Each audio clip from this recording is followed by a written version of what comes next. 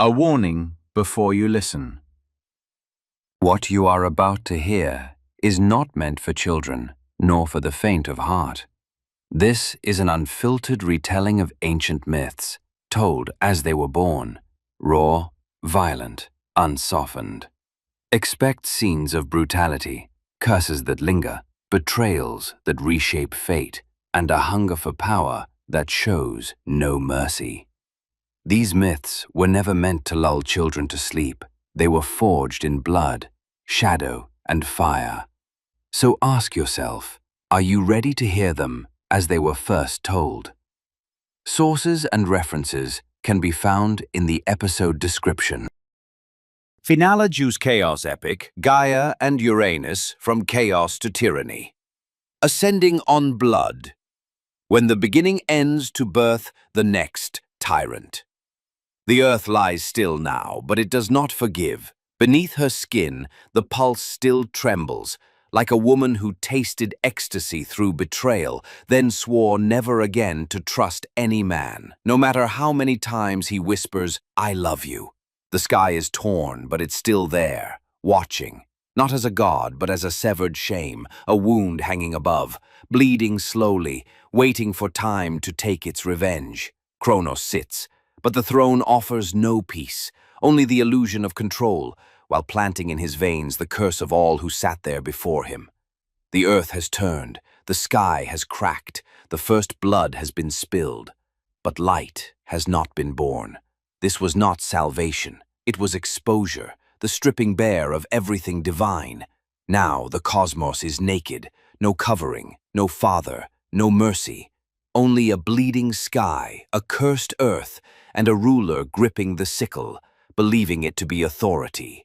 But what's coming isn't peace.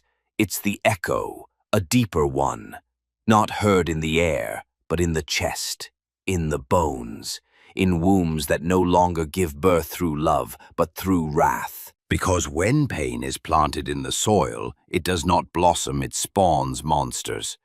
A new generation is stirring, not from Gaia's womb, but from her shadows. They do not long for a sky. They long to tear it down. Children who do not seek embrace, who have no appetite for justice, who are born of a single belief. Power is not inherited. It is ripped from flesh, through blood. The Titans are coming, not as fugitives from hell, but as its architects. They will not be born crying, but roaring. They won't be raised on myths, but on fracture and fire, and rule through ruin before law. This is not the end of a tale. This is the unveiling of one the gods were too afraid to tell, that the true beginning is not the first cut, but the first mind to realize cutting is not enough, that control is not secured by the sickle alone, but by walls, chains, poisoned loyalty, and fear raised in the womb long before birth. In the next epic, we won't speak of the sky, but of those who tried to build it with their own hands. Not of gods, but of those who climbed toward divinity on the backs of curses. Prepare. What follows is heavier than the sickle, more dangerous than the throne, more fatal than the sky. In the next saga, you won't see the earth violated, you'll see her fight back.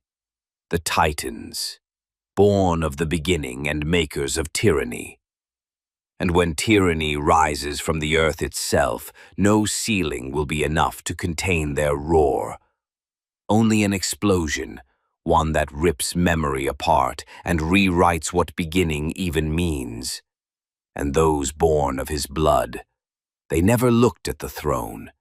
They looked at the sky and swore to bring it down.